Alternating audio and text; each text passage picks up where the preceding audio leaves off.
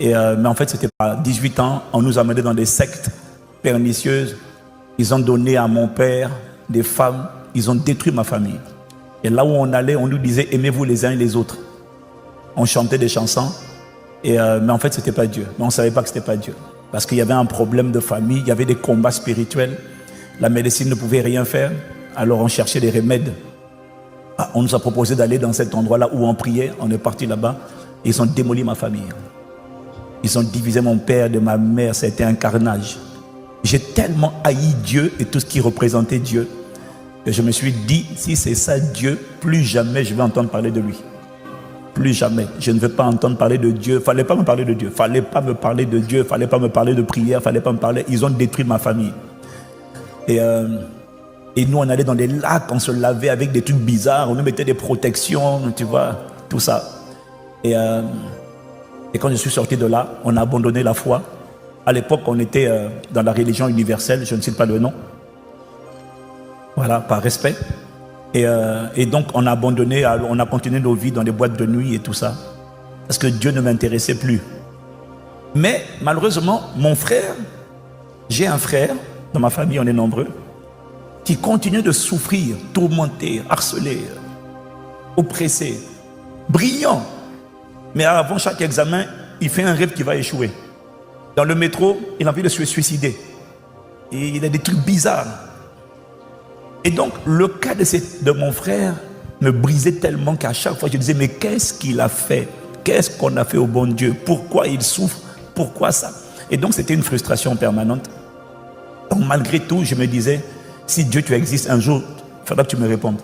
Tu savais, le truc classique, quoi. Si Dieu existe, pourquoi la souffrance? Pourquoi?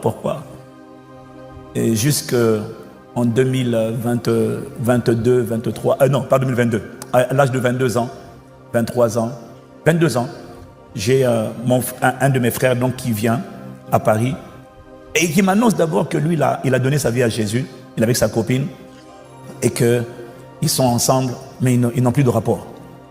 Et là, je dis à mon frère, hey, tu n'as plus de rapport. Et ça va sortir comment? Par les narines. Si tu ne fais pas de rapport, ça va sortir comment? Donc, je me moque de lui. Mais je vois quand même que le gars, il a changé. Et, ouais, il a quand même changé, hein. Et puis maintenant, il a rangé sa vie, il est simple, il est toujours excellent, mais vraiment maintenant, il y a... Et puis un jour, il vient à Paris, il me dit, tu ne connais pas une église? Et moi, j'ai étudié à Reims, en école de commerce. Et à Reims, j'avais une copine en classe d'école de la ville, qui elle aussi m'avait dit, une fois, j'ai accepté Jésus. Donc, je ne comprenais pas de quoi elle parlait. Donc, comme mon frère me dit, est-ce que tu ne connais pas une église où je peux aller? J'appelle la copine là qui était à l'école, je dis, est-ce que tu ne connais pas une église à Paris? Et c'est là qu'elle me dit, si, il y a une église. Et donc, moi, je vais dans cette église-là. Donc, j'arrive, j'écoute le pasteur qui prêche. Et puis le pasteur, la Bible dit. Je dis, ah, mon gars, laisse ça.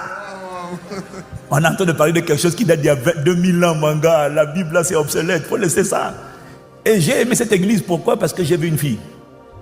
Il y a quelqu'un qui est là comme ça. Mon type, on se reconnaît. On se reconnaît. On se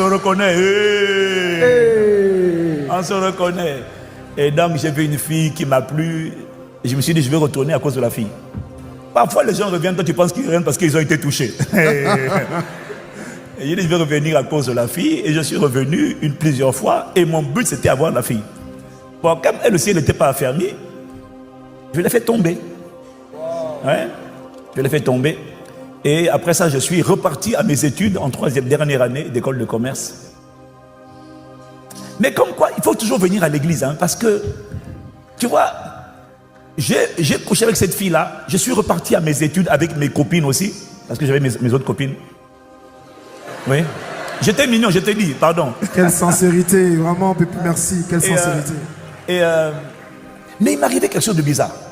Chaque fois que j'avais des rapports avec ma copine à Reims, je me sentais comme sale, souillé.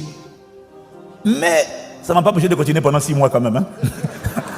Mais je me sentais bizarre. Je ne me sens pas propre. C'est bizarre. Et puis en même temps, dans cette période-là, j'en voulais quand même à Dieu, quoi. Ma famille a été détruite purée. Et pourquoi ma famille a été détruite? Mon père, que j'aimais, mon père a toujours été exemplaire jusqu'à ce qu'il soit exposé à ces bandits de sectaires, de faux prophètes. Ils l'ont dépouillé, ils l'ont détruit. Et bref, un jour, donc c'est là que, à 24 ans, donc quand j'ai fini l'école de commerce, je reviens à Paris. Et mon frère revient à Paris. Et il me dit, est-ce qu'on peut repartir dans ton église? Mais il était combattu, mon frère. Donc, c'est quand on repart à son église, à cette église-là, qu'il parle à la femme du pasteur. Et la femme du pasteur dit, je vais prier pour toi. Elle lui donne rendez-vous. Et ce qui m'a converti, moi, vous savez, moi j'ai fait un bac C. Vous appelez ça aujourd'hui S. Un DUT de mathématiques, un DUT de gestion des entreprises et des administrations et une école supérieure de commerce. Donc, j'avais papier. J'étais cartésien. Hein? Je ne croyais pas vos histoires de Dieu, là. Je ne crois pas ça. Je suis mathématicien, moi. Très bon. En plus, j'étais premier de la ville de Pointe-Noire au bac blanc. Non, c'est pas parce qu'on est pasteur qu'on est toto. Pardon. Alléluia. Voilà, il ne faut pas nous embrouiller. On n'est pas pasteur parce qu'on a échoué dans la vie. Hein? C'est pas vrai. Et donc, ce qui m'a touché, c'est cette femme. J'ai accompagné mon frère à l'endroit où la femme allait prier pour lui parce que j'avais vu ce que ça avait donné dans les sectes et je voulais surveiller ce qui allait se passer.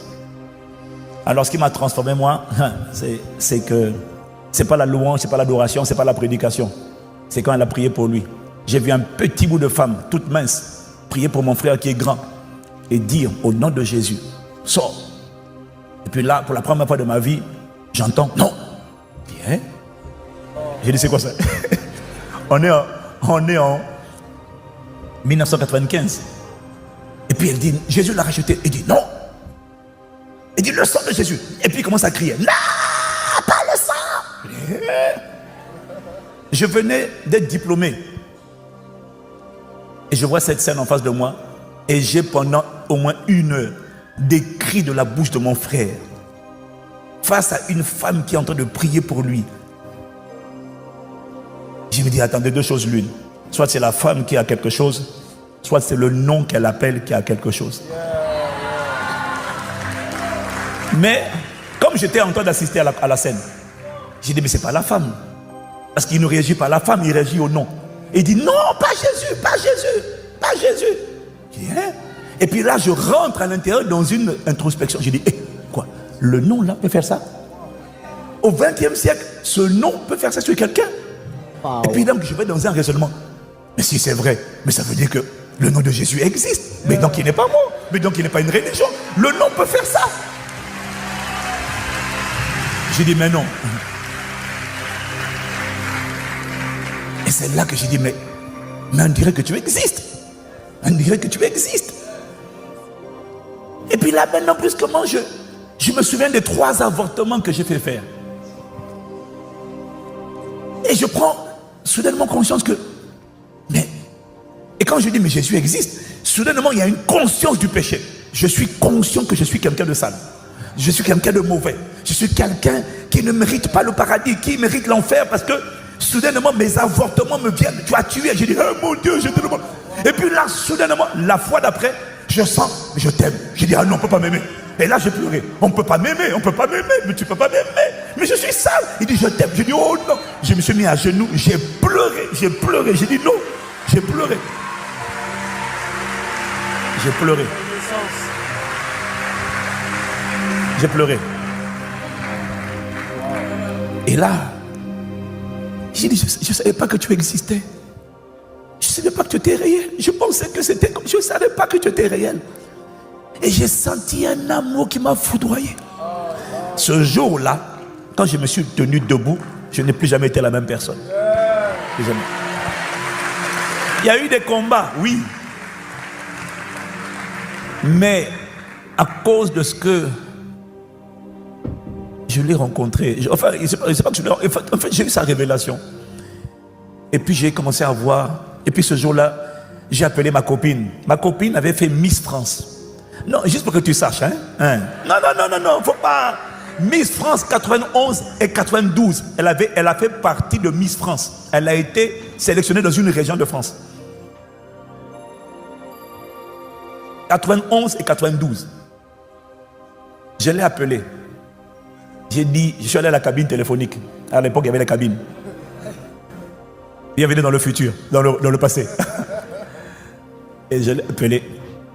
Je lui ai dit, tu sais, je vais nous rencontrer Jésus. Elle me dit, quoi? Je vais nous rencontrer Jésus. C'est quoi cette histoire? C'est pas grave. À partir d'aujourd'hui, on ne fait plus de rapport. Si tu veux qu'on reste ensemble, il n'y a pas de problème. Mais on ne couche plus. Mais Ivan, c'est quoi cette histoire? Mais qu'est-ce qui t'est arrivé? On t'a fait un lavage de cerveau. J'ai dit, non, j'ai rencontré Jésus. Elle me dit, mais non, c'est des conneries et tout ça là. Écoute, je te laisse le choix. Tu choisis, c'est Jésus ou moi. J'ai dit, quoi? Je viens de voir les démons chasser.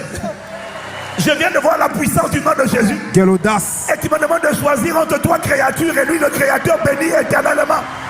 Hey! Quelle audace. J'ai dit, mais... Donc, elle m'a laissé. Ce jour-là, elle m'a plaqué. J'ai eu mal. J'ai eu mal. J'ai pleuré. Mais je suis resté avec Jésus. Amen. Wow. Et c'est là que ma vie chrétienne a 18